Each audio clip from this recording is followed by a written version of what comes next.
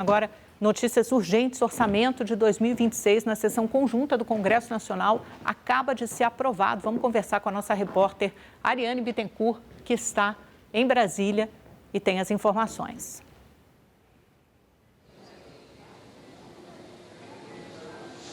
Oi, Amanda, boa tarde para você e para todo mundo que está nos acompanhando. Pois é, demorou um pouco, mas a Comissão Mista de Orçamento aprovou o orçamento de 2026. Essa sessão tinha começado pela manhã, foi suspensa, na sequência foi retomada agora no começo da tarde, ainda em meio a ajustes feitos ali pelo relator, o deputado Isnaldo Bulhões, do MDB do Alagoas, mas agora, portanto, a sessão da Comissão Mista de Orçamento foi encerrada e o texto passou na CMO. Vamos lembrar que a expectativa é que isso acontecesse pela manhã para que o orçamento do ano que vem pudesse ser votado no plenário com deputados e senadores a partir do meio-dia de hoje. Agora são um pouco mais de 2h30 da tarde, foi agora que saiu esse resultado na CMO, portanto ainda teremos que ver a que horas exatamente esse texto vai ser votado aqui no plenário da Câmara dos Deputados. Mas então, para situar quem está nos acompanhando, a gente está falando do projeto de lei orçamentária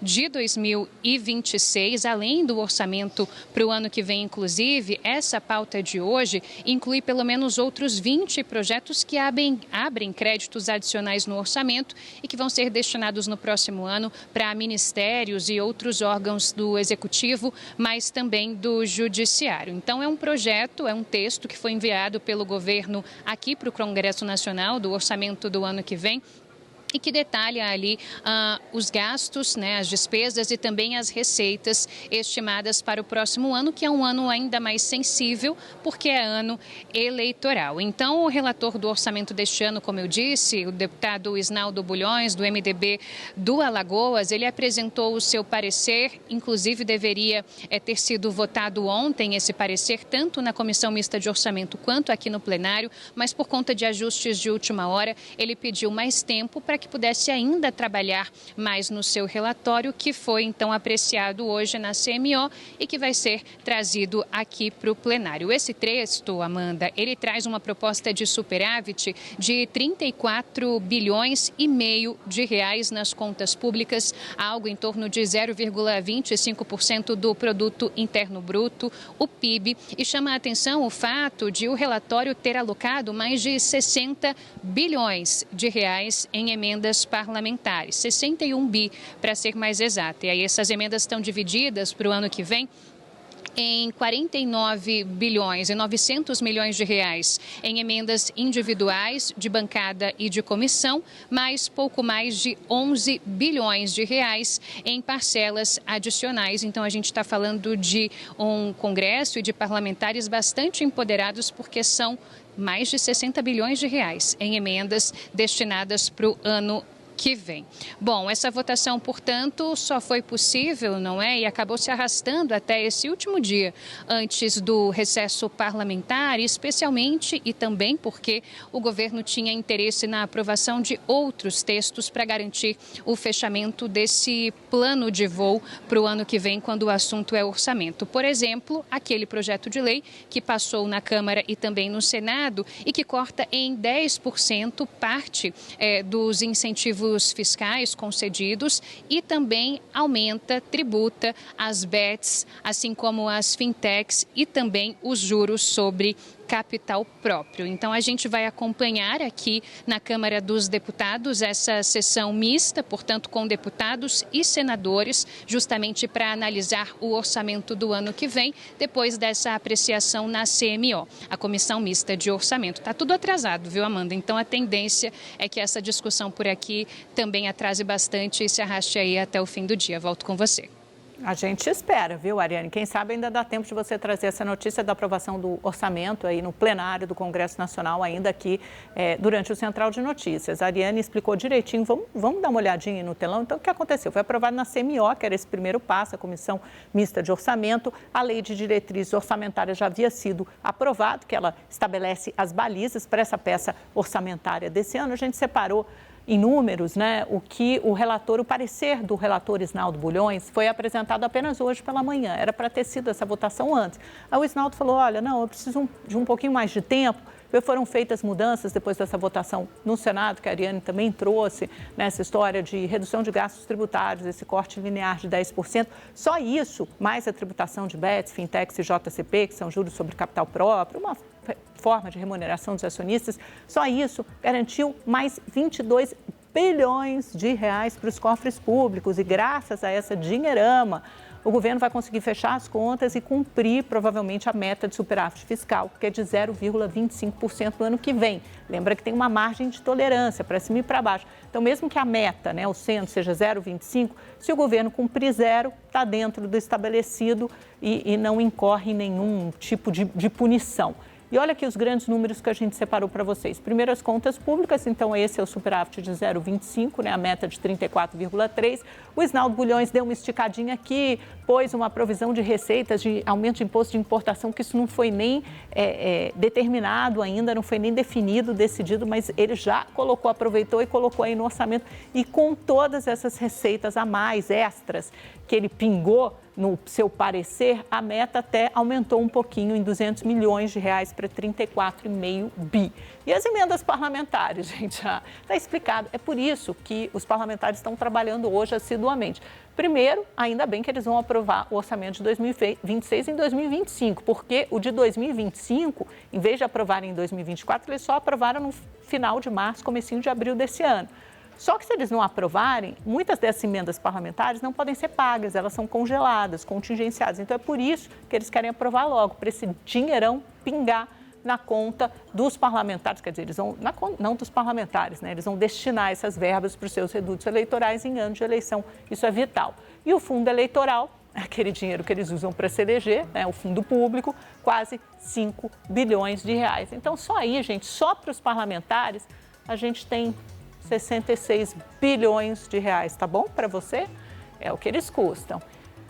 É isso, minha gente. Vamos falar sobre esse assunto com quem entende, né? É a economista-chefe da CM Capital, a Carla Argenta, que conversa conosco agora sobre a aprovação, ou a provável aprovação, né? Porque ainda não foi aprovado pelo plenário do Congresso, do orçamento de 2026. Carla, muito bem-vinda. Obrigada, viu, por participar dessa. Deixa eu me sentar aqui.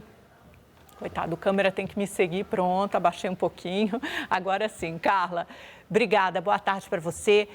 Primeiro, quero te perguntar se esse orçamento, na sua visão, é uma peça de ficção, como tem sido os últimos, né? Quer dizer, à medida que o ano vai avançando, muitas dessas previsões de receitas e despesas precisam ser revistas, porque normalmente as receitas estão maiores do que, de fato, elas são, né? E as despesas são menores, normalmente costumam ser maiores do que as previstas no orçamento. É uma peça de ficção ou este orçamento é relativamente realista? Boa tarde. Boa tarde, Amanda. É um prazer imenso estar aqui falando sobre esse tema que é tão importante, né, para a nossa economia. Bom, em relação ao orçamento, propriamente dito, acho que tem alguns pontos interessantes. O primeiro deles é que não é exatamente uma peça de ficção, mas sim existem rubricas que o mercado considera estar um pouco superestimada. Você muito bem mencionou aqui o caso dos impostos sobre importação, né? Esse corte linear sobre os benefícios tributários ajuda muito o governo a entregar as contas no terreno positivo. A aprovação da alíquota que incide sobre fintechs, BETS e outras instituições financeiras também contribui para esse movimento positivo. Agora, a maior parte desse orçamento, ela depende de um fator especificamente, que é o nível de atividade interna. Então, se a economia arrefecer, se a gente vê um desaquecimento muito sustentado do nível de atividade interna, inevitavelmente o governo vai arrecadar menos. E essa parcela do orçamento, essa parcela da arrecadação é muito difícil de ser estimada. Mas acredito que, embora esteja um pouco acima do que o mercado estima nesse momento, esses dados que foram entregues pelo Congresso e pela Fazenda, eles não estão tão distantes assim do que o governo se propõe a entregar e devem ficar, sim, ao redor da meta para o ano de 2026. O Yander Porcela e Eduardo Gaia, nossos analistas, também participam dessa conversa com a Carla Argenta. Vamos começar pelo Yander, que tem uma pergunta. Carla, eu queria tocar num ponto que é um item que foi aprovado nesse projeto que passou no Congresso essa semana, que aumenta aí a tributação sobre bets, fintechs, JCP, que a gente está falando aqui, também corta os gastos tributários. E teve um item que foi aprovado ali meio na calada da noite, ficou meio escondido, que fala sobre restos a pagar no orçamento. Vou até ler aqui o trecho para a gente poder comentar certinho, que fala assim, ó. Vou ler aqui para os nossos telespectadores. É um trecho, Carla, que diz o seguinte: que os restos a pagar não processados inscritos nos exercícios financeiros de 2019 a 2022, ou seja, de anos atrás, vigentes em dezembro de 2024 e posteriormente cancelados, serão revalidados e poderão ser liquidados até o final do exercício de 2026. Pelo que eu apurei, isso fez parte do acordo ali para aprovar esse projeto e impacta o orçamento do ano que vem. Eram recursos ali que tinham sido cancelados e que agora vão poder ser revalidados até o final de 2026. Eu queria que você explicasse para a gente o que é exatamente isso, qual o impacto no orçamento do ano que vem. Bom, esses restos a pagar dizem respeito ao orçamento que foi aprovado e não foi executado. Então, eles entram nessa rubrica de restos a pagar.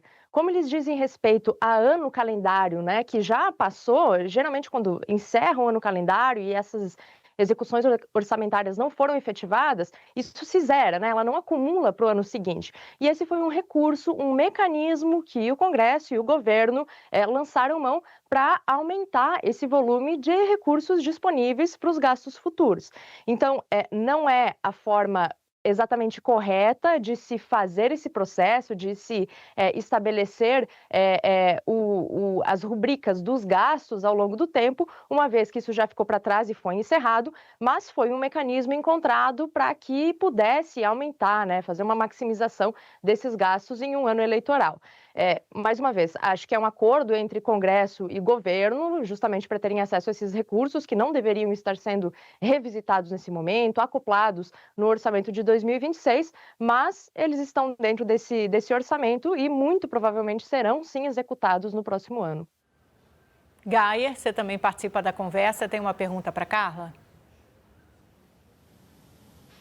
Oi, Carla. Boa tarde para você. Carla, eu queria te ouvir especialmente a respeito do dinheiro que é utilizado para pagar o juro da dívida, porque essa é uma questão que vira e mexe aparece no debate público, se o Copom eleva a Selic, a esquerda costuma falar sobre o dinheiro que acaba indo para pagar a dívida. Esse é um tema que também entra no orçamento, embora não seja cálculo de resultado primário.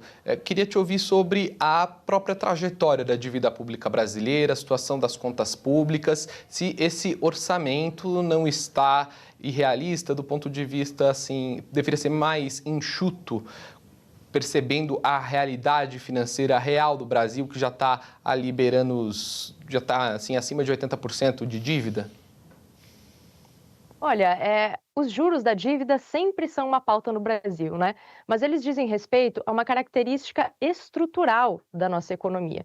Então, não é quando se faz o orçamento que isso é discutido, mas é quando se aprovam leis que vão reeditar, né, as linhas mestras da economia, a estrutura dos gastos públicos ao longo do tempo, as leis, os recursos que são destinados à educação e são expressos na nossa Constituição. Então, são coisas distintas que são feitas. Mas, de fato, os juros no Brasil, eles estão elevados e, historicamente, eles são bastante altos, né? Hoje a gente tem uma taxa Selic de 15% e não à toa o Hugo Motta, que é presidente da Câmara, mencionou no seu discurso hoje que a expectativa é que os juros caiam no ano de 2026 e que medidas serão levadas a cabo dentro dessa Casa do Congresso para que essas estruturas sejam modificadas e a gente possa ter uma taxa de juros mais baixa ao longo do tempo. Então, esse é o mecanismo para reajustar essa taxa de juros ao longo do tempo e onerar menos a estrutura do Estado e os gastos do Estado também para pagamento dessa dívida. Agora, no curto prazo, o que a gente tem, efetivamente, é uma dívida que ela aumentou muito por conta desses juros mais elevados, mas o Brasil tem a obrigação de arcar com ela, né? Essa taxa de juros subiu muito porque a gente teve uma uma inflação mais elevada nos últimos meses, nos últimos anos, e o Banco Central usa esse mecanismo da taxa de juros como o principal meio para contornar essa inflação. Existe uma relação muito estreita entre inflação e taxa de juros, mas inevitavelmente ela acaba reverberando sobre as contas públicas. Esse não é o principal fator para a gente ter sustentabilidade nas contas públicas ao longo do tempo. Mais uma vez, o principal fator é a estrutura dos gastos. O nível dos juros é um efeito colateral que a gente tem para contornar uma inflação mais elevada, que em partes resulta desses gastos também mais elevados por conta do Estado. Carla, explica para a gente quais são as perspectivas da economia para o ano que vem, né? Você falou agora da taxa de juros, a expectativa é que comece a cair, seja em janeiro ou em março, mas enfim, que termine o ano a Selic de 15%, por volta de 2,5%, o crescimento desacelere, a inflação também já está desacelerando. O governo Lula deve enfrentar alguma grande surpresa, algum grande solavanco na economia no ano que vem, que para eles é vital, porque é ano de eleição? Olha, ao que parece, né, a economia global e a economia interna, elas têm entregado conjuntamente resultados mais positivos do que negativos, né? Isso porque, vou voltar um pouco no tempo, a gente é muito dependente da taxa de juros dos Estados Unidos. Eu falo a gente, não Brasil, mas o mundo como um todo. Quando a taxa de juros por lá está mais elevada, inevitavelmente as coisas ficam piores para os países em desenvolvimento. E essa taxa de juros começou a cair em 2026. Ela voltou a apresentar essa evolução, beneficiando uma variável que é muito importante para a nossa inflação e para a nossa economia, que é o câmbio, né? E esse movimento, ele tende a adentrar o ano de 2026 pelos fatores macroeconômicos. Então, essa é uma via positiva para o nível de atividade, para a inflação e para a queda nos juros, inclusive. Em termos de nível de atividade, a gente tem uma medida que foi aprovada, que é a isenção do IR para pessoas que recebem até R$ 5.000 mensais, né, e um aumento gradual dessa taxação para as pessoas que recebem até R$ 7.000.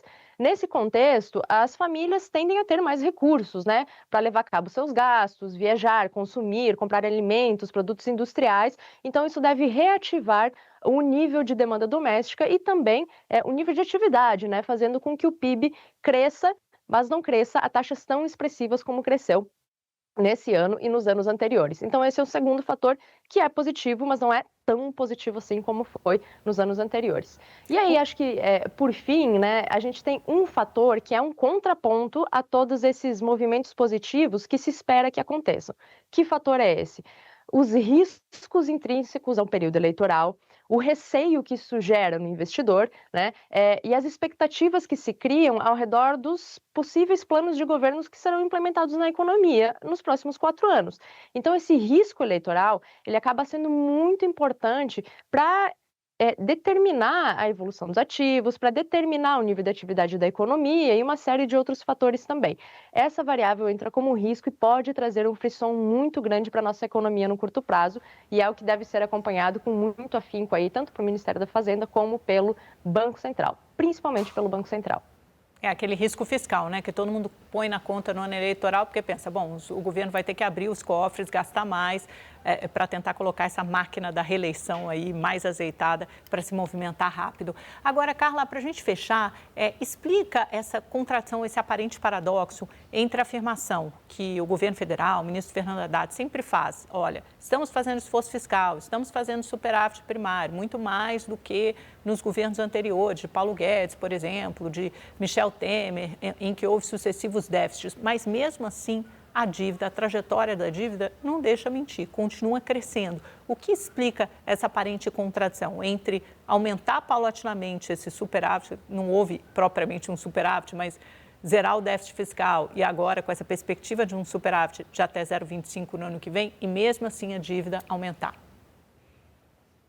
Olha, a dívida, ela é acompanhada como uma fração do PIB, né? Então, quando a gente fala em 80% do PIB, significa que essa dívida ela tem que crescer menos do que o crescimento do PIB para você manter estável essa conta ao longo do tempo. Ali a gente já tem uma perspectiva do primeiro fator que é muito importante para a estabilização dessa dívida, que é o crescimento da atividade. Nós somos muito dependentes de um crescimento sustentável da atividade para não ter um degringolamento das contas públicas. Esse é o primeiro fator. E o segundo fator, que diz respeito à agenda positiva do governo, a forma como o governo opta por atuar nessa esfera da economia das contas públicas, que é maximizando a arrecadação, recompondo essa base arrecadatória em detrimento da outra via, Que via seria essa? Um ajuste dos gastos públicos, né? Então, se você tivesse essa redução dos gastos públicos, que é aí que você precisa mexer na Constituição, precisa mexer principalmente nos pisos constitucionais da educação, pisos constitucionais da saúde e outras contas que são muito difíceis de serem modificadas, mas podem ser modificadas, né? Pelos mecanismos corretos, tramitando no Congresso Nacional. Mas essa escolha do governo de optar por controlar a evolução das contas públicas pela ótica da arrecadação, faz com que nós tenhamos todo esse contexto que você acabou de mencionar, Amanda, né? Que é um crescimento da dívida ao longo do tempo e uma estrutura econômica que fica muito dependente de um PIB cada vez maior para sustentar esse crescimento mais brando dessa relação entre dívida e PIB.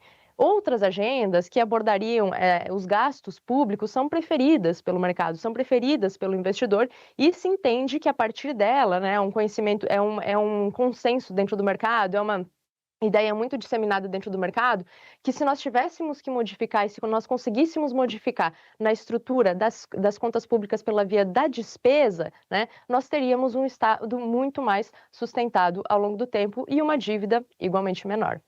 E um juros menor também, né? Carla, muito obrigada, viu, pela sua participação aqui no Central de Notícias. Volte sempre. Vamos chamar os nossos analistas de volta para essa roda de conversa. Oi, Yander, na sua visão, o que garantiu que provavelmente esse orçamento, pelo menos agora no finalzinho, não digo no começo, mas assim, talvez nas últimas 2, 3 semanas, tenha tido uma tramitação muito mais suave do que era esperado? Quais acordos possibilitaram que essa peça orçamentária seja votada hoje com relativa tranquilidade do governo? Amanda, a gente viu em anos anteriores, nessa tramitação do orçamento, uma disputa entre Congresso e governo sobre o calendário de pagamento das emendas. O Congresso tentava impor um cronograma mais apertado ali para o Executivo, para receber essas emendas de forma mais periódica, até porque o governo costuma usar a prerrogativa de escolher o momento em que vai pagar as emendas que são obrigatórias, né, que tem pagamento obrigatório, mas que podem ter o timing de pagamento decidido pelo governo. O governo usava isso para conseguir apoio nas votações, nos projetos. Então, o governo falava assim, se os partidos, os deputados votassem a favor da nossa agenda, a gente paga as emendas mais rapidamente. Essa era a negociação, aquele toma lá da cá que a gente costuma mencionar bastante. O Congresso não gosta de ser pressionado dessa forma e tentava aprovar esse calendário. E dessa vez, pela primeira vez, o orçamento vai entrar 2026 com um calendário bem definido de pagamento de emendas. Então, com isso, o Congresso já ficou ali mais calmo, mais propenso a entregar essa aprovação para o governo. Esse foi um ponto, Amanda. O segundo ponto foi esse item que foi incluído lá no projeto da redução de gastos tributários, que a Carla ali nos explicou, que eu pedi para ela explicar para a gente, que para os deputados e para os senadores era muito importante, porque esses recursos, esses restos a pagar já tinham sido cancelados de outros anos, de 2019 a 2022, como entrou ali no relatório, e a gente lembra que houve muita controvérsia sobre o pagamento de emendas nesse período, né, que foi o período do orçamento secreto, lá no governo Bolsonaro. Então, esses recursos vão ser retomados, eles tinham sido cancelados e vão poder ser pagos ao longo de 2026. Então, isso também fez com que o Congresso quisesse aprovar esse orçamento da maneira mais rápida possível. Foram todos esses acordos aí que proporcionaram, Amanda, a gente ter a votação do orçamento hoje.